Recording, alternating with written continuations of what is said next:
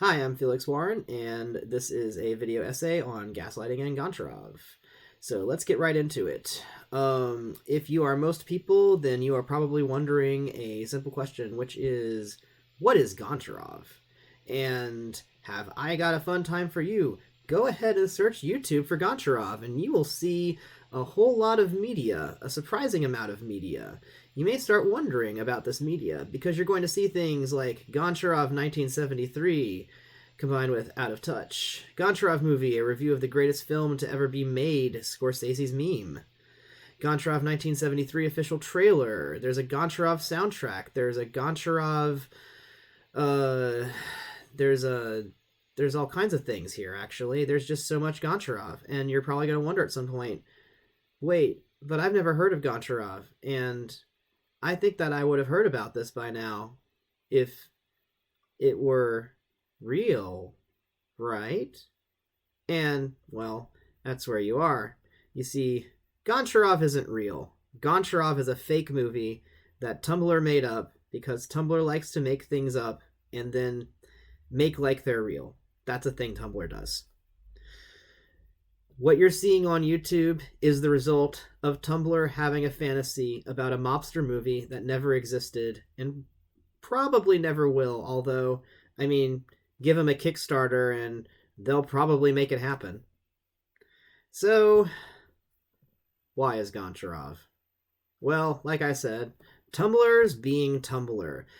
Tumblr loves to take stories and further adapt them into more media, more derivative media, likes making fan art, likes combining it with memes. Tumblr is, in fact, a very apt name for the social media service because you throw some rocks into a tumbler and wait for a while, and them rattling around next to each other polishes them and makes them into gems. That's what Tumblr does. The cream floats to the top and the rest kind of drifts to the bottom. So this has actually happened before. Not in the particular case of making up a fake movie and then making all this media for it, although that probably has also happened before on Tumblr. It's the kind of stuff that Tumblr dreams are made of. Um, you probably have heard of Mystery Flesh Pit National Park if you have been hanging around YouTube for a while, and especially the YouTube lost or fictitious media holes that it's easy to fall into, just like the Mystery Flesh Pit. So the Mystery Flesh Pit National Park is a national park that never existed, and there is a Tumblr for the Mystery Flesh Pit National Park that posts ephemera from the Mystery Flesh Pit National Park, such as posters, pamphlets. There's all kinds of little PSA things, newspaper articles about what's happening, stuff from the hotels, and it's basically all there is a full immersion kind of story experience. You get an idea of what happened at Mystery Flesh Pit National Park because of the ephemera that you look through. And Tumblr played along, and Tumblr made memes, and Tumblr made some stuff to go with it as well, and Tumblr's still going with it, I'm sure. So we also have something called the Mandela effect, and this is actually crossing right over into Goncharov, because if you search Mandela effect on Tumblr, Goncharov is in the second post there. Actually, sorry, I outlined that post, but I didn't notice the first post is also Goncharov. I just really can't believe this. So I think I'm experiencing the Mandela effect because I could have sworn the movie was called Goncharov with an E, not Goncharov with an A. If anybody knows the Berenstain Bears part of the Mandela effect, it's the idea that the Berenstain Bears in an alternate universe was spelled with an E instead of an A. And that's because there are people who actually remember it being spelled with an E in their childhood instead of an A as it is now in the more recent media. I am actually one of those people. I remember Berenstain Bears with an E. My husband remembers Berenstain Bears with an A, and I guess our relationship is a miracle of time. So, the Mandela effect, it's not quite applying here because we know that Goncharov was made up, but it could apply if there was like a lot of insistence that this really was real, that was genuine. I think that stuff like Paul is dead, the idea that Paul McCartney actually died back in the 60s, and they had a fake Paul all that time in the Beatles to pretend that he was actually still alive. That's one of the ones that actually is really well known and was well known before the Mandela effect actually ever got coined and ever got well known itself. Just like a famous conspiracy theory. So we all love to play these games. We all love these things. They're lots of fun. But, well, is this okay? That's the question. Is there any harm in this? And it turns out that it's not that it's super harmful to make up a movie and then make posters for it. That's fine. And that's good fun. It's more whenever you make things a little bit more complicated. So this post is really what got my attention and made me want to make this whole video. The Bibliosphere says, I know I posted about Goncharov and Defunct Land last night, but that was an earnest desire to see this trend examined under a microscope because it's fascinating to see it escape containment. However, while I know most folks are just having a bit of fun with it, the number of people complaining that others are ruining the joke by tagging it for unreality is too damn high. I've answered far too many asks in private in the last 24 hours from folks with psychosis begging me to tell them if Goncharov is real or not because they trust me, someone they don't know beyond my medical advocacy posts, not to lie to them. So in case you need this, no, Goncharov is not real. It's Tumblr having a bit of fun with a made-up gangster story premise from the 1970s. Most of the gift sets you are seeing are from The Godfather and some other 70s and early 80s films. The musical scores are being composed by some very talented people here on Tumblr, as is most of the art and quotes. I'm sorry if people are telling you it's real and are refusing to reassure you when you admit it's causing you distress. Some people are just taking things too far for the bit and aren't acting with kindness. I hope they will reconsider. If you were unaware that that Goncharov is causing some people some considerable distress, that's okay. Tumblr is huge and you can't be expected to know everything. Please do tag all your posts and reblogs with unreality to assure people that it's part of the site-wide joke. If you're one of the people complaining that tagging it with unreality ruins the joke, please reconsider and examine why your enjoyment of people's distress is necessary to your enjoyment of an otherwise fun and crowdsourced bit that many people are having fun with without being cruel. Anyway, go have fun, you creative little gremlins. Just do it with more kindness. There is a reply by VA Spider that I find really, really important here. One small tweak to this post as I reblog it. Please don't tag any posts like this, which clarifies that Goncharov isn't real with unreality. That gets really confusing. I've had exactly one medication-induced psychotic break in my 20s with a partner who mocked me for not knowing what was real, and I can't imagine going through that again with people not willing to help me know if something is real or not. It was hell. Don't do that to other people. So the danger is whenever you start insisting that this is real to the point where people start experiencing psychosis symptoms. And especially if they're kind of vulnerable to being triggered by this sort of thing, it can just be really unkind to mess with somebody whenever you know that they're in distress. There's going with the bit and telling a joke, and then there's just being really unkind. So, to give kind of an understanding of how something like this can cause somebody to have a reality shift, I want to use an example of a different kind of mind-altering experience, and that would be the kind that Patty Hearst experienced. Patty Hearst was a victim of what I would call first accidental and then probably later on purpose brainwashing, since the people who ended up accidentally brainwashing her then went with the bit themselves and were like, let's go for it. So with Patty Hearst, I would say go ahead, and if you want to know the full details, check out her Wikipedia article. She also has an episode of Drunk History that tells her story, and that one actually gives you a pretty good idea of what happened. I'm going to read from a book called Prometheus Rising by Robert Anton Wilson that talks about this incident, and then I'll give some more detail afterward. So this next bit is from Robert Anton Wilson. When Patty Hearst was kidnapped by the Symbionese Liberation Army on February 4th, 1974, she was a normal young heiress. She was attending a normal college, had a normal live-in boyfriend, and smoked a normal amount of weed for a young heiress of that time. 57 days later, she had become a new person with a new name, Tanya, and was living in a new reality tunnel. Where Patty had been heterosexual, Tanya was bisexual. Where Patty largely accepted the Hearst family tunnel reality with only a few liberal modifications typical of her age group, Tanya was a violent and fanatic revolutionary. Where Patty had been disrespectful to her parents, Tanya denounced them as corporate liars and castigated them as being involved in a capitalist plot to murder the poor people of the U.S., down to the last woman, man, and child. Sorry, I meant respectful to her parents. Patty was respectful to her parents. Where Patty had been nice and polite and certainly non-violent, Tanya had her photo taken holding a Tommy gun and assisted in at least one bank robbery and perhaps other felonies. What had happened? When Patty Tanya was captured and brought to trial, the defense claimed that she had been brainwashed. The jury either did not understand or did not believe this. They sentenced Patty to prison for the crimes Tanya had committed. Debate about this case continues to the present, since some people think Mrs. Hearst was responsible for the consciousness change she underwent while held captive by the SLA, and others are just as sure she was not responsible. Leaving metaphysical questions of responsibility aside for a moment, it seems obvious that a young lady of Hearst's class and background would almost certainly not have taken up bank robbing if she had not first been kidnapped and incorporated by the SLA. So, that's the conclusion of the Robert Anton Wilson quote. Sorry if you heard my cat scratching around in the background. She's trying to get attention.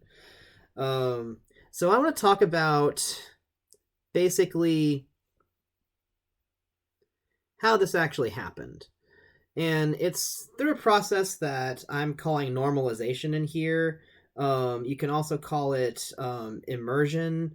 I don't know if there's a specific industry word for this technique, but basically there are different kinds of brainwashing techniques or different kinds of brainwashing effects that get brought on. And this is different than the technique of gaslighting.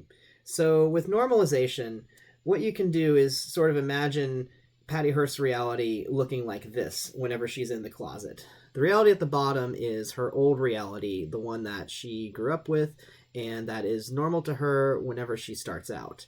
And the reality above is the reality of the SLA. It is new, it is different, it's got weird colors in it, and it's also upside down, obviously a fantasy, isn't even affected by gravity. So it's very easy for her to tell the two worlds apart, even though there's obviously no real clear line between them right here. Now, the thing is, what was happening was that she was locked in that closet while the Symbionese Liberation Army was making all of their plans for their raids and stuff, while they were talking about all of their ideals, while they were basically just being the SLA. And what happened was that since they weren't really talking to her like a regular person all that time, it was kind of like she was in solitary confinement, she started identifying with what they were talking about more than what she had in her own memory. So as time goes on, you would basically have her old reality kind of fading away as the new reality that the SLA is talking about starts becoming brighter and having more colors, starts being more detailed. And then as time passes, things are going to blur for her.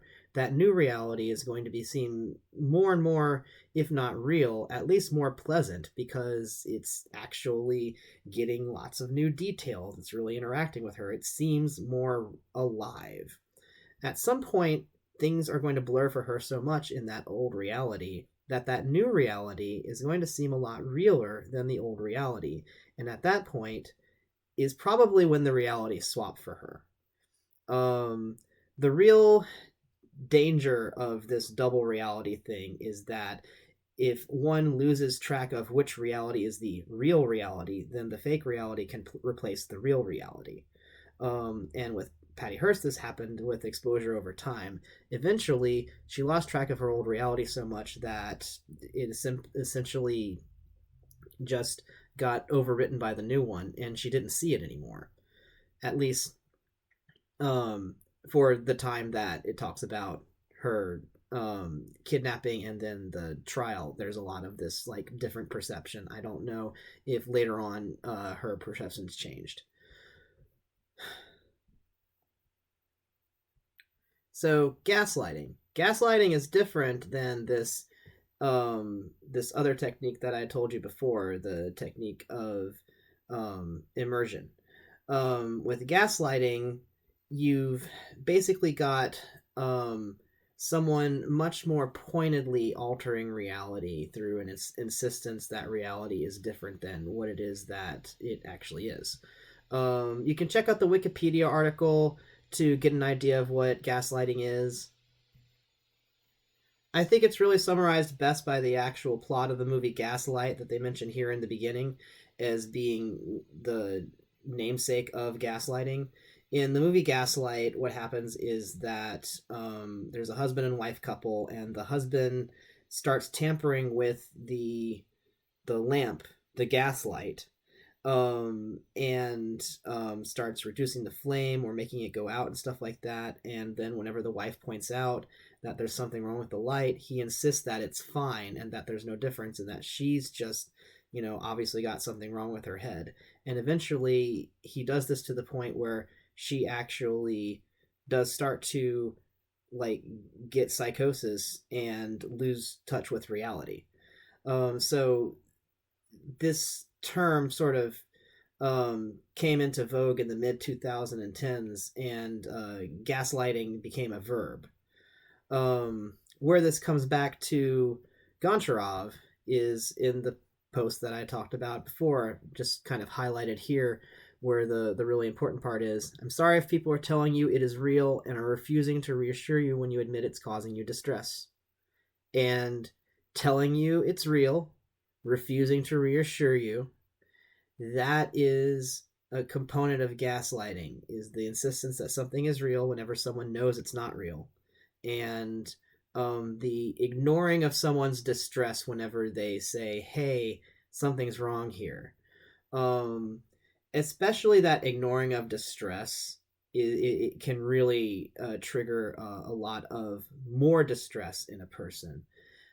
Because whenever you have an out of reality experience, one of the ways that you can check in with reality is by verifying with other people what is real and what is not real. So if you start to get into a position where not only can you not verify for yourself what reality is, but you don't know if you can trust other people to verify reality for you, it can cause quite a downward spiral mentally. So now you know that. What's next?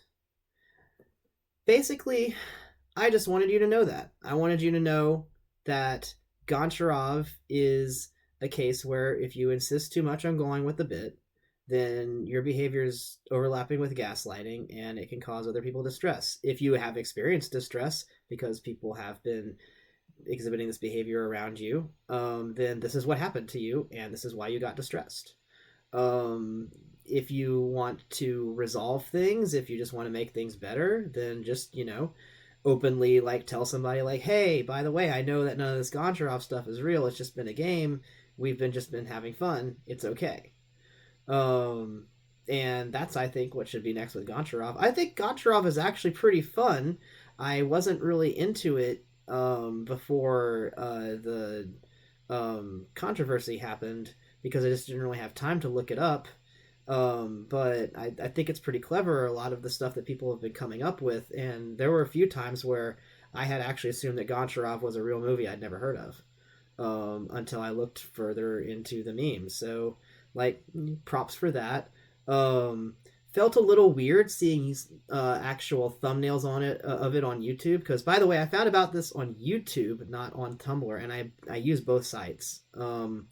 I saw like some thumbnails or some videos or something that mentioned Goncharov, and I had this like feeling of, man, I would think that I would have heard about a Martin Scorsese film like that, but turns out there's a reason why I didn't. So when it comes for what's next when it comes to memes, what's next when it comes to the next big thing, well, I could tell you what the next big thing is going to be, and that is Handlebars Hamlet.